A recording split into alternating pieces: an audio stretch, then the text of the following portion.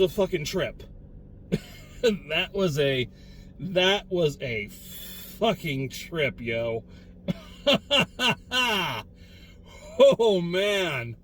Oh, this is one of those movies that I want to talk about so badly, but the flaws of my concept are going to be very, very evident with this one, because I think this is a movie that would be better served with a much lengthier analysis.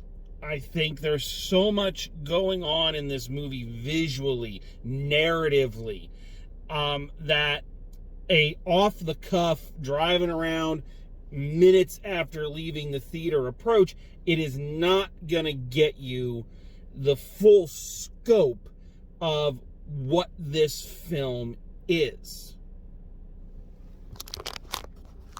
Okay, just doing that. And all I can do is do my best to communicate to you just how remarkable this film is. Let me put cards on the table before we even start rolling here, and let me just, bite the bullet and tell you straight up, I fucking loved this movie. Fucking loved it. This is the type of movie that I don't see a whole lot of, and when I do, I always love it. It is a movie that is weird, but weird in the most amazing ways. The closest film, as I was watching this, I was trying to think of what kind of film I could compare this to. And the closest I could compare this to is Bad Times at the El Royale, a movie from a few years ago that, again, I loved, but not a lot of people really saw or talked about, which I feel is a real shame. And I worry the same thing will happen with this film. There were not a lot of people in the theater with me, and I fear that not a lot of folks are going to go see this film. And I need to beg you, I have to beg you, seek this movie out. Especially if you're a fan of scary movies, especially if you're a fan of horror movies. I think you owe it to yourself to go and see this film, because I've stated it many, many times on this program. It might as well be a catchphrase that I have on one of my sweatshirts. I'm not a fan of horror movies. But as I mentioned kind of in the intro to This Is Halloween reviews, that doesn't mean I don't like being scared, or I don't like, films with a horror bent to them. I like to be scared. I like thrillers. What I don't like, I'm not a fan of blood. I'm not a fan of guts. I'm not a fan of gratuitous, pointless violence for the sake of it. But every now and then you get a film like this which uses the tropes of the genre and does them in such a cool and unique way that it shows that, yeah, every genre has merit. So again, I say, if you are a horror movie fan, I think you owe it to yourself to see this movie and see that a horror movie can be more than the 4,000th sequel, reboot, remake, redo of Halloween. There's more you can do with it. And this film does everything. Again, I'm going to try my best to encapsulate why I loved this movie so much and all of the amazing things about this film. But I think this is going to be one I may have to revisit a year or two down the line after I've watched it a few more times, because I intend to buy this movie, and I intend to watch this movie many times, because it's that damn good. So this is going to be one I think maybe a year or two from now will benefit from a revisit and a reanalysis when I can actually compile my thoughts in a more constructive way. But until then, this is the format I've chosen. This is what I do. So this is how I'm going to go about it. So let's talk about Last Night in Soho. So generally, and you kind of get the basic story from the trailer, but just in case, let's review. So our story is about our main character, Eloise, played by Thomasin, Mackenzie, late of the outstanding Jojo Rabbit, and also in that god-awful M. Night Shyamalan movie Old that came out earlier this year. So, mixed bag, but there you go. She stars as Eloise, a young lady who is about to head to London to attend the fashion school there because she wants to be a fashion designer. Eloise is obsessed with the 60s. She's obsessed with the look, with the music, the technology, the aesthetic. She just loves the 60s. And she's an innocent soul, wide-eyed, sweet-voiced young lady who is, a little country girl in the big city for the very first time. And the movie kind of starts us out in your typical, Mean Girls, Devil Wears Prada kind of territory. Eloise is the sweet country girl. She's got a group of mean girl bitches that are always, treating her like shit, and, and she's eventually going to find herself and all of that. You can kind of get those tropes and those stock characters down, and they don't really move out of those confinements. They're there for a reason, for that visual shorthand. But there's something even more special about our little Eloise. Little Eloise has the Shinnon. You mean shining? Shh! You want to get sued? Yeah. Our little Eloise seems to have some kind of psychic connection. It's first realized when she sees her mother, who committed suicide, in the mirror sometimes. When good things are about to happen to her, she sees her mother in the mirror. And I noticed, this is again why I think this film will benefit from multiple viewings, because there's so much going on that you sometimes miss little things. But her mother only appears to her when good things are happening or about to happen to her. So that's an important note there. So yes, little Eloise has the Shinnon, and what's refreshing about this is that apparently she's had this for some time, and everybody in her life, such as her grandmother, they just all know it and kind of accept it. It's not when weird shit starts happening, we are spared the horror movie cliche of, oh, something weird is happening. Oh, am I going crazy? It's like, no, we kind of know that this is something she does. And she knows that this is something she does, and it just goes on. So, with that knowledge, little Eloise I love calling her little Eloise, I don't know why, just can't stand living with her bitch roommate at the art school anymore. So she finds an apartment to rent from the great and the late Dame Diana Rigg. Take off your hat in respect to this national treasure of acting.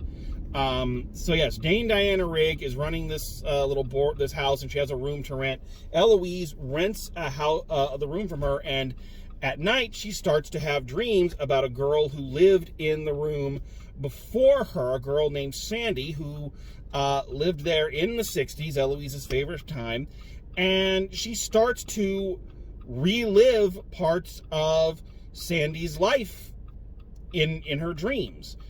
And at first everything is great and wonderful. The 60s are everything she wants it to be. It's beautiful, it's exciting, lots of colors, lots of music, the dancing, the fashion, the romance, it's all there. But because this is a movie and a horror film, or a thriller, I think is the better term, that all will quickly turn around when she starts to see that Sandy's somewhat perfect life was not perfect, and there was a dark underbelly to it, and it gets darker and darker and darker and starts to infest Eloise's real life as she tries to solve the apparent murder of Sandy by her pimp, played by Matt Smith. I should also mention, Sandy played by Anna Taylor-Joy of The Queen's Gambit, also of New Mutants. So, there you go. That's the basic setup. Eloise believes she sees Sandy being murdered and is now trying to solve her murder in the present day as the images of the past keep kind of seeping in and breaking through the barriers of reality. I'm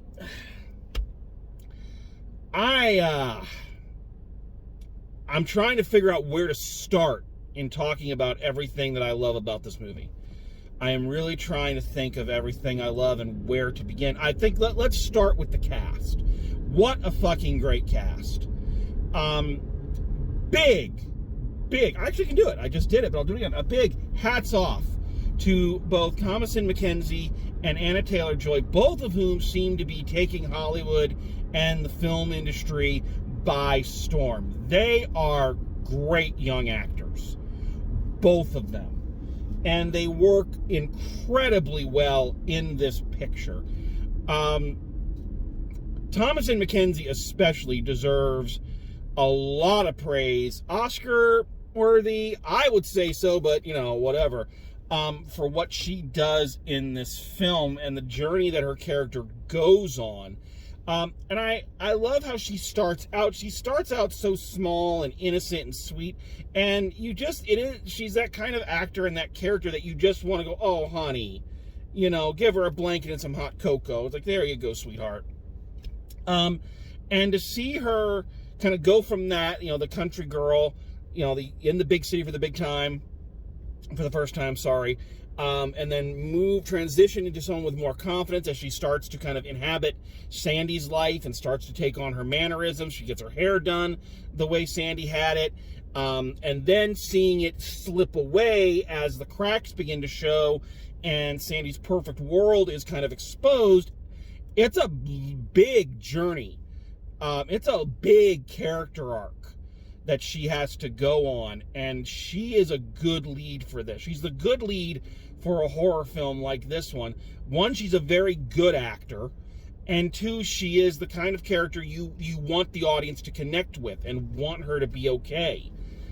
And it's phenomenal. She does a great job. Anya Taylor-Joy, also, a lot of levels to this character. There's certain things about this movie I want to talk about, but it is spoiler territory in the biggest sense, and I'm sorry, I respect this film too much to do spoilers, so I am avoiding spoilers at all costs. You deserve to witness this film fresh and without any of the secrets being ruined, because there are some twists in this motherfucker.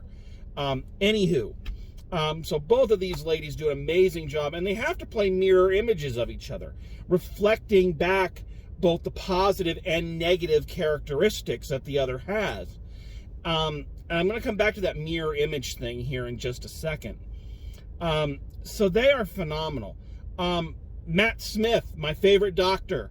Man, I love seeing him in things, and he really has a tendency to play charmingly smarmy, hideous people. As he plays Sandy's boyfriend turned pimp in the 60s. And he starts out charming and a little dangerous, but in that, kind of James Dean kind of way that was very popular at the time, and then quickly becomes a monster. And he plays that transition so well. It's amazing, especially when you see him as the Doctor and how loving he was as the Doctor and all of that. Yes, with a dark side, but, this is a darker side than I think anyone would even suspect of the Doctor. So he is phenomenal. It's great veteran actors in this. I mentioned the late, great Dame Diana Rigg. What a phenomenal performer. And it turns out, I checked, yes, this was in fact her last film, and what a swan song. What a one to go out on. It's a great character with a lot of wonderful nuances and depth in there that is just phenomenal. And who also is in this? Someone not a lot of people may know the name of right away. Terrence Stamp, best known as General Zod in Superman 2, and he's been a character actor in Hollywood for years, and here plays only credited as the silver-haired gentleman who seems to be becoming more and more of a uncomfortable presence in Eloise's life once she starts taking on Sandy's mannerisms. So you kind of get the connection of where this is going. So an outstanding cast. But I gotta talk about the directing. My directing class currently, we're working on concept papers wherein they have to determine how they envision a show, the visual cues that they intend to include in it, the metaphors, the tempo, the atmosphere, the mood that they are trying to create, trying to come up with a singular vision that can then carry through to their production, the kind of governing body of their production. And I truly wish that I could get them to see this movie as an example of a brilliant directorial vision, a brilliant directorial concept. This film is beautifully directed. It is one of the most beautifully directed movies I have seen in a long time. And just so much going on, so much visual information. Again, there's so much to talk about, I don't know quite where to start. So I'm going to try to articulate this to the best of my ability, but again, it's something that deserves much closer examination than what I can give it in a simple, post-film review. So, couple things. Number one, I love the way, since Eloise is first experiencing Sandy's life through dreams, I think this may be some of the most accurate portrayal of dream and nightmare imagery that I've ever seen done on film. If you ever watch anything that has a dream sequence in it, I've never dreamed anything like you see in movies when they do dream sequences, and I don't know many other people who do either. Dream sequences are all over the place. You bounce back and forth from points of view. They shift focus. They shift from being uber realistic to surrealistic in the same breath. That's why when people try to describe dreams later on, it's very difficult because you're just moving all over the place. And this film does that so well. I love that, especially in the very first dream, Eloise shifts from observing Sandy to actually being Sandy.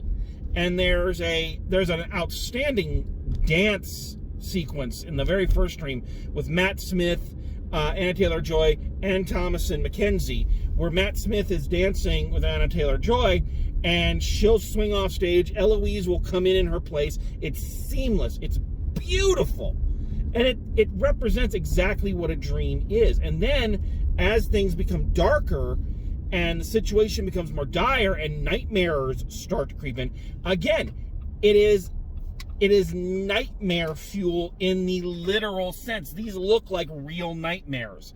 How you jump around, and again, things go from realistic to surrealistic, and absurdism, and everything's in there, all within a couple cuts of each other. It's incredibly well planned out and incredibly well done. There is a recurrence in the dream sequence, in the film itself, of mirrors. Mirrors are a big visual cue in this. The concept of reflection. And in the dream sequences, and this is very obvious. This is one of those things that's very obvious, but it's so beautifully done that it doesn't matter. Eloise and Sandy are always reflections of each other. They're always seeing each other in reflective surfaces. So every time there's a reflective surface, one of them is in the foreground and one of them is reflected back in whatever surface it is, be it a mirror, a spoon, a glass. And sometimes it's big things like large mirrors on a descending staircase. Other times it's something small, just a little piece of reflective glass over the shoulder, but it's always there. And it's gorgeously done. God, the planning that must have taken. And I love a movie like this where I can't tell what was computer intervention later on and what was done practically on set. I love that. I also think that much like an Alfred Hitchcock movie, that's the other person this film reminds me of. It's a little gorier than an actual Hitchcock film and a little more supernatural than an actual Hitchcock movie. But directorially, and the concept of dragging fear out of everyday moments, it's very Hitchcockian. There is another recurring visual theme is the blinking of light and the changing of colors. The house or the room that she is renting has a French bistro right next to it, and it's constantly flashing red, white, and blue lights in succession. And the flashing of the lights and the rhythm of the lights begin to become almost like the Jaws theme. They begin to become a cue that something's happening. Again, I'd love to rewatch this movie and see, okay, what happens when the red light is flashing? It seems like, again, from the best I can recall, that every time the red light is flashing, that's when bad things are happening. But when blue light's flashing, something else is going on. But I'd love to see if I'm right in that. I'd love to kind of take notes on that. So those become visual cues. Elsewhere in this movie, we saw it in Cruella earlier in the year, but man, the fashion of this movie is gorgeous. The costuming is phenomenal, and this is another film, kind of like The Harder They Fall, kind of like Cruella. Man, the soundtrack is top-notch. This is a fucking awesome soundtrack, using both very familiar 60s songs and also lesser known 60s songs. So you're not just getting kind of the same blend that you always hear, on the 60s greatest hits soundtrack. It's like, no, there are varying levels in this. And again, they each serve a purpose. They each kind of tell a story as to what's going on in the film. And they're not just willy-nilly. Again, something I complained about very vocally with the Suicide Squad. So, yeah, God, it is fucking just... Oh, I love this movie. I love this fucking movie, guys. There are negatives, I guess, but nothing too glaring. I think the biggest negative I have is the insistence on kind of keeping the bitch mean girl character around, even though she serves her purpose. Her purpose in the opening is to make Eloise so uncomfortable that she leaves the dorms to go stay in this room where all the psychic what's-its start to happen. Pardon me. So once that's done, I don't know why she still needs to be there. She feels very tacked on, and it just yeah. Eloise's boyfriend also is kind of superfluous. He's not bad, and neither one of them are bad actors. I'm not trashing them as performers or anything. Just saying that I don't feel like they're as well developed, and I feel like yeah, they're just very bland. And that's the problem when you have a film like this with so much intricate, well-developed, multi-layered things going on, that the characters that are blander and are just kind of one note, they stand out way worse. So that's an issue. That's the biggest issue I have with this movie. As I said, there are spoilers, which I am not going to get into. I am not going to touch with a 10-foot pole. But let me just tell you, this thing has got twists in it. Oh, what a twist. And not just twists for the sake of a twist. This isn't, again, M. Night Shyamalan, take notes. Because this is not the filmmaker saying that we're going to do this twist just to make the audience go, ooh, what a twist. What a twist.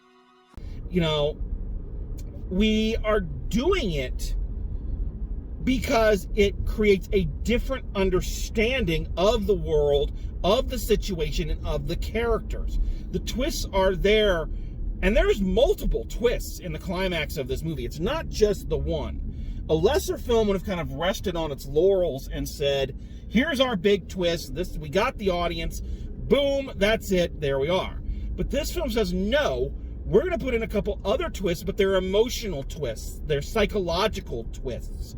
They teach us more about the characters than about, you know, than just being there to shock the audience. And I think that's the way it should be. So, yeah, I haven't kind of had a twist kind of hit me like that. Again, the best film I can compare that to is Paranorman. You know, what you think is going on, you may be able to guess what's going on, but when it happens, you're like, oh, shit, they went there. And then that leads you to another emotional revelation of, oh, God, that's, you know, I don't know how to feel. I don't know who I should be rooting for. So, yeah. I hope I've done a good job of describing this film. I really hope I have, because it deserves it. So let's just wrap this up. So I could talk on and on about this, but I don't want to trip up and start giving spoilers away. So let's wrap this up. So final grade for Last Night in Soho. Easy one for me on this one. It's an A+. A+ on this one. It is so good. And I urge you to go seek this movie out. Please, this film deserves eyes on it. It is phenomenal. Great writing, great acting, outstanding directing. It is the pinnacle of what a scary movie can be. Not every scary movie should be this, because then it loses its specialness. Then it loses its uniqueness. But it is the pinnacle of what you can do with a formula and what you can do with a genre when you're not beholden to just meta humor or, you know, the requirements of the format. You can do some great things. And we don't have a lot of great scary films like that. And this one, again, I don't even feel right calling it a horror movie. A thriller is more of an apt definition. A psychological thriller, but there are horror movie aspects in it. But it's one of those rare horror movies that I think you want to watch again, even after you know all the scares and you know all the plot twists, because it's still just so fucking good. So check this one out. You owe it to yourself, and especially as it's Halloween, I don't think you'll be disappointed. So give this one a look. All right. So I've praised this long enough. Let's wrap this up. So thank you very much for joining me. Please have a happy and safe Halloween. Have a happy and safe life. And as always, drive safe, and I will see you at the movies.